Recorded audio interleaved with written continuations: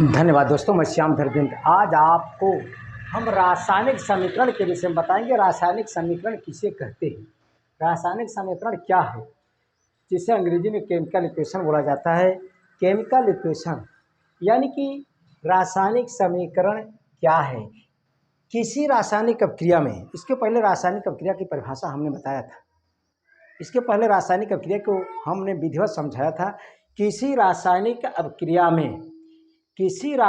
अभिक्रिया में भाग लेने वाले पदार्थों के प्रतीकों और सूत्रों द्वारा व्यक्त कर देना ही रासायनिक समीकरण कहलाता है। किसी रासायनिक अभिक्रिया में भाग लेने वाले पदार्थों के प्रतीकों और उनके प्रतीकों और सूत्रों द्वारा व्यक्त कर देना ही रासायनिक समीकरण कहलाता है। कहने का मतलब किसी रासायनिक अभिक्रिया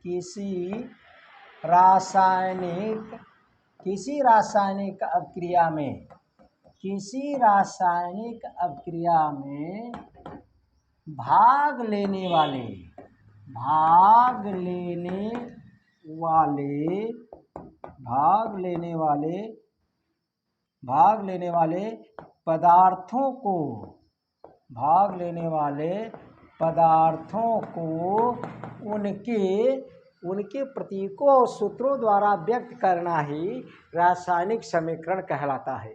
कहीं दिक्कत नहीं होना चाहिए। किसी रासायनिक अभिक्रिया में भाग लेने वाले पदार्थों को, जो पदार्थ भाग ले रहे हैं, उनको उनके प्रतीकों और सूत्रों की सहायता से व्यक्त कर देना ही क्या कहलाता है, रासायनिक समीकरण कहलाता है। कई लोग बता सकते हैं, वाह भाई वाह। यानी कि किसी रासायनिक अभिक्रिया में भाग लेने वाले पदार्थों को उनके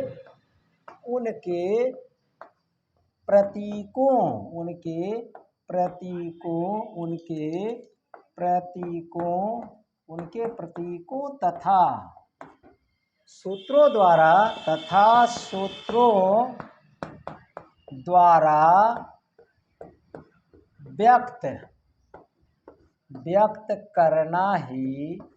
व्यक्त करना ही रासायनिक समीकरण कहलाता है। रासायनिक समीकरण कहलाता है।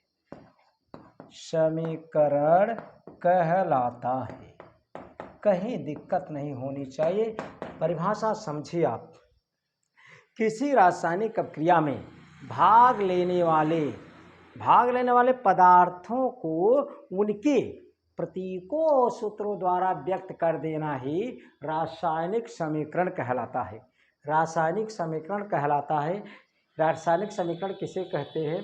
किसी रासायनिक अभिक्रिया में भाग लेने वाले पदार्थों को उनके प्रतीकों तथा सूत्रों द्वारा व्यक्त करना ही रासायनिक समीकरण कहलाता है। कई लोग बता सकते हैं भाई, वाह भाई वाह। चलिए, बहुत बढ़िया। किसी रासायनिक अभिक्रिया में भाग लेने वाले पदार्थों को उनके प्रतीकों और सूत्रों द्वारा व्यक्त करना ही रासायनिक समीकरण कहलाता है। और अभिक्रिया में जो भाग लेने वाले पदार्थों को अभिकारक कहा जाता है तथा अभिक्रिया के बाद जो प्राप्त होता है उसे उत्पाद कहा जाता है। जैसे हम उदाहरण के माध्यम से आपको बताएंगे। ये तो हुआ परिभाषा। किसी रासायनिक अभिक्रिया में भाग लेने वाले पदार्थों को उनके प्रतीकों तथा सूत्रों द्वारा व्यक्त करना ही रासायनिक समीकरण कहलाता है। कहने का मतलब किसी रासायनिक अभिक्रिया में भाग लेने वाले पदार्थों को उनके प्रतीकों तथा सूत्रों द्वारा व्यक्त करना ही रासायनिक समीकरण कहलाता है। अब जैसे देखिए, जैसे पहला उदाहरण हमने कहा, जो रासायनिक अभिक्रिया में भाग लेते हैं उन्हें अभिकारक या क्रियाकारक कहते हैं। और इस रिएक्शन के बाद यानी कि अब क्रिया के बाद जो प्राप्त होता है, जो बनता है, उसे उत्पाद कहते हैं। जैसे H2 धन Cl2 रिएक्शन जब आपस में किए बनेगा 2HCl। कैसे बनता है आप देख लें। हाइड्रोजन की संयोजकता कितनी होती है, एक Cl की संयोजकता कितनी होती है। संयोजकता का मतलब हाइड्रोजन पर 1 प्लस होता है, Cl पर 1 माइनस होता है। जब तिर्यक गुणा करेंगे इनका इधर प्राप्त होगा कितना, HCl। ये तो बैलेंस करने के लिए हमने 2 का गुणा किया। पहला रिएक्शन यानी कि यह हाइड्रोजन है या क्लोरीन है, इधर हाइड्रोजन क्लोराइड बन गया। अब देखिए इसे अभिकारक कहते हैं। तीर के इस साइड अभिकारक, तीर के उस साइड क्या कहते हैं, उत्पाद। इधर अभिकारक, 2 नाम हमने बताया, अभिकारक कह दें या क्रियाकारक। चाहे अभिकारक बोला जाए चाहे क्रियाकारक। और तीर के इस साइड उत्पाद, यानी कि तीर के पहले अभिकारक या क्रियाकारक और तीर के बाद जो प्राप्त होता है उसे हम उत्पाद कहते हैं। तमाम रिएक्शन आप दिखा सकते हो। जैसे हमने अगला रिएक्शन देखिए, मैग्नीशियम धन O2 ऑक्सीजन से हमने क्रिया कराया, क्या बनेगा, Mg पर 2 प्लस होता है इसलिए इनकी संयोजकता 2, ऑक्सीजन पर 2 माइनस होता है इसलिए इनकी संयोजकता 2, 2 1 का 2। तिर्यक गुणा करेंगे आएगा कितना, MgO। बैलेंस नहीं है, यहाँ पर 2 है तो 2 का गुणा यहाँ नहीं किया जाएगा बल्कि यहाँ किया जाता है। अब 2 का गुणा Mg में भी माना जाएगा, O में। Mg यहाँ पर 1 है इसलिए 2 का गुणा यहाँ कर देंगे।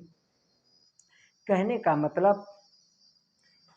का मतलब कि यह एरो के पहले अभिकारक या क्रियाकारक, एरो के बाद क्या होगा, उत्पाद। यानी कि रासायनिक समीकरण किसे कहते हैं। रासायनिक समीकरण की परिभाषा हमने विधिवत बताया आपको। किसी रासायनिक क्रिया में भाग लेने वाले पदार्थों को उनके प्रतीकों तथा सूत्रों द्वारा व्यक्त करना ही रासायनिक समीकरण कहलाता है।